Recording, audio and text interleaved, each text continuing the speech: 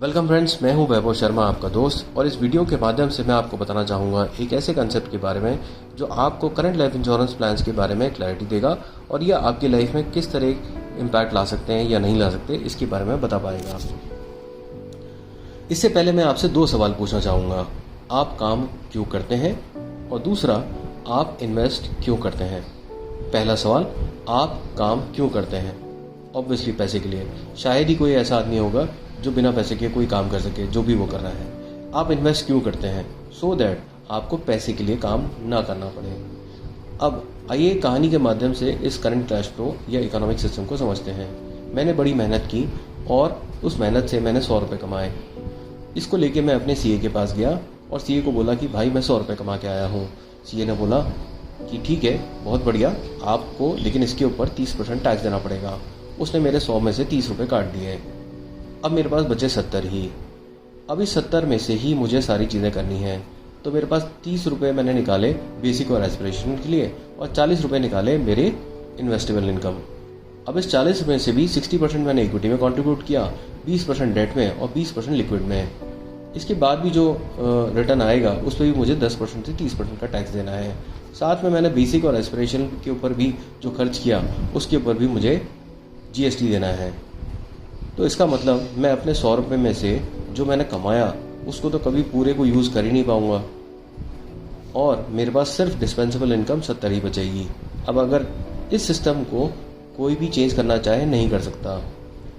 तो आज हमें क्या करना चाहिए? आज से पहले हम कंफर्टेबल इसलिए थे क्योंकि हमारे पास में पहले हमने जो अपनी इनकम से क्रिएट किया वो एक डिक्लेयर्ड इनकम सोर्स था और हम पहले कंफर्टेबल इसलिए हुआ करते थे क्योंकि हमारे पास अनडिक्लेयर्ड इनकम सोर्स था।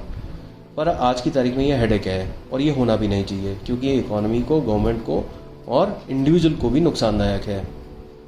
आज से आने वाले टाइम में भी ये चीज़ एग्जिस्ट नहीं करेगी। तो हमारे पास बचेगा क्या? Declared income source. आज इंश्योरेंस ये माध्यम देता है आपको ताकि आप डिक्लेयर्ड एक सेकंड इनकम कैटेगरी स्टार्ट कर सकें, जिसको हम बोलते हैं डिक्लेयर्ड टैक्स फ्री इनकम। ये डिक्लेयर्ड टैक्स फ्री इनकम किस तरह से है? ये एक unimaginable restricted source of income है जहाँ पे एक फैमिली को 75 करोड़ तक का सम एश्योर्ड दिया जा सकता है। मतलब हस्बैंड, वाइफ और बच्चे तीनों के नाम पे इस इंश्योरेंस को लिया जा सकता है। और 7.5 करोड़ ऑफ सम एश्योर्ड का मतलब हो गया 75 करोड़ सम एश्योर्ड का मतलब हो गया 7.5 करोड़ तक ही इन्वेस्ट किया जा सकता है। तो एक रेस्ट्रिक्टेड सोर्स है। अब इस रेस्ट्रिक्टेड सोर्स का उपयोग किस तरह से है कि आने वाले समय में आपको जो भी पैसा यहाँ से मिलेगा वो सारा का सारा टैक्स फ्री है और ये आपकी इनकम होगी, टैक्स फ्री इनकम। अब इसको एक एग्जाम्पल के माध्यम से समझते हैं कि आज किसी व्यक्ति की 10 करोड़ की इनकम है। उस 10 करोड़ की इनकम पे 30% वो टैक्स देता है। तो अब उसके पास डिस्पेंसेबल इनकम बचती है 7 करोड़ रुपए। अब इस 7 करोड़ में से इस 7 करोड़ की इनकम 7 करोड़ ही बची थी।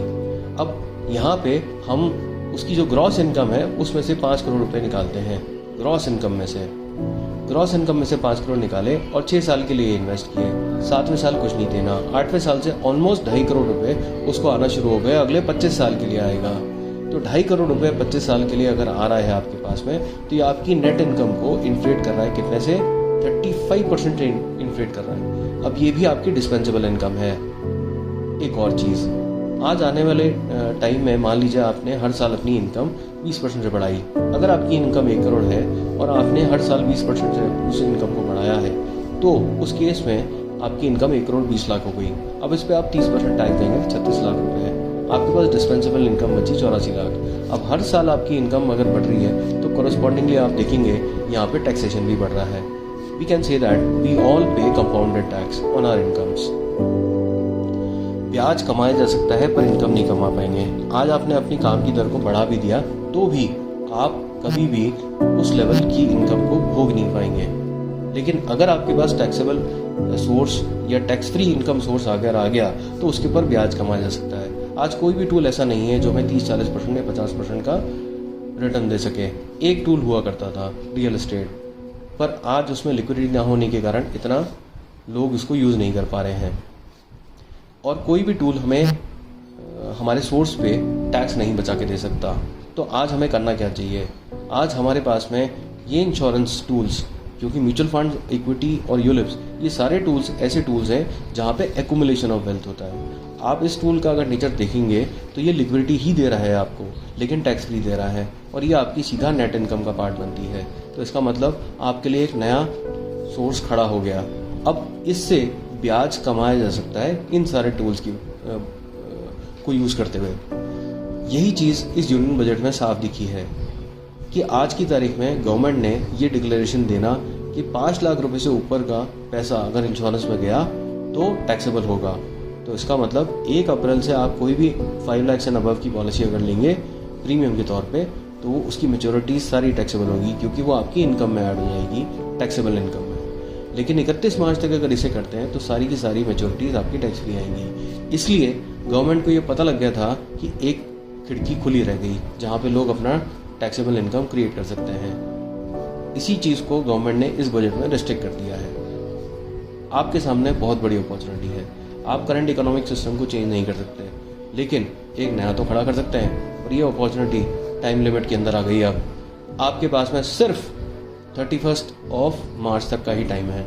साथ में एक और चीज़, आपका पैसा कभी पूरे 30 से 40 साल के टेन्योर में डी वैल्यू नहीं होगा, क्योंकि अगर इन्फ्लेशन 6% है और आपका पैसा 8% से ग्रो कर रहा है या 7.5% से ग्रो कर रहा है, तो आपका पैसा पूरे टेन्योर में कभी डी वैल्यू नहीं होगा।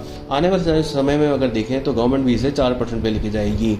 तो इसका मतलब आप पूरे टेन्योर में अपने पैसे पे 2 रुपये या 3 रुपये ऊपर होंगे इन्फ्लेशन से। अब इसको एक सैम्पल इलस्ट्रेशन के माध्यम से देखते हैं कि आज किसी आदमी ने 5 करोड़ रुपए इन्वेस्ट किए और 6 साल तक के लिए ही किए। 7वें साल उसको कुछ नहीं देना, 8वें साल से 2.5 करोड़ की फिक्स इनकम आना शुरू हो गई उसके पास में, और 30 साल के लिए आ रही है, 25 साल के लिए आ रही है, और एंड में जाके उसको उसकी जो मूल राशि है वो भी वापस मिल गई। अब यहाँ पे अगर नेट IRR निकालेंगे जीएसटी और टैक्स बेनिफिट के साथ में, तो 7.76% आएगी। अब इसी पैसे को उस आदमी ने सिर्फ अपने बैंक अकाउंट में रखा, EU बैंक में खाता खुला लिया जहाँ पे 6-7% का ब्याज मिलता है, तो भी 25 साल में ये 154 करोड़ बन जाएंगे। अब इसी को अगर FD में लगाता तो कंपाउंडेड ब्याज के तौर पे भी FD में 82 करोड़ ही बनते। अब यहाँ पे आज अगर हम बात करें, इसी पैसे को जो इंश्योरेंस से मैच्योरिटीज आ रही हैं उसको अगर किसी ने MF में लगा दिया जहाँ पे 10 से 12% का ब्याज है, तो ये 402 करोड़ बन जाएंगे। तो ब्याज कमाया जा सकता है, लेकिन टैक्स फ्री इनकम नहीं। तो ये टूल्स आपको आज क्या प्रावधान देते हैं? पहली चीज़ कि आज आपके लिए एक ऐसा माध्यम अवेलेबल है जो आपको declared tax free income source खड़ा करके देगा, क्योंकि अब आपके पास सेकंड इनकम क्रिएट करना बहुत ज़रूरी है। और ये नया लाइफ इंश्योरेंस है, ये नया रूप है लाइफ इंश्योरेंस का, इसी को समझना बहुत ज़रूरी है। आज आने वाले टाइम में गवर्नमेंट ने एक और चीज़ क्लियर कर दी है इस बजट से कि आने वाले समय में जितने भी HNI लोग हैं, जितने भी हाई इनकम रेंज लोग हैं, वही सबसे ज़्यादा हाई इम्पैक्ट के अंदर आएंगे, क्योंकि उनकी डिस्पेंसेबल इनकम्स कम हो जाएगी, क्योंकि टैक्सेशन की दर बढ़ेगी। आज कॉर्पोरेट टैक्स कम हो रहा है पर इंडिविजुअल टैक्सेशन बढ़ेगा। So better create a tax free pool as this is the last gate, और ये आखिरी गेट है, 31 मार्च तक के लिए अवेलेबल है।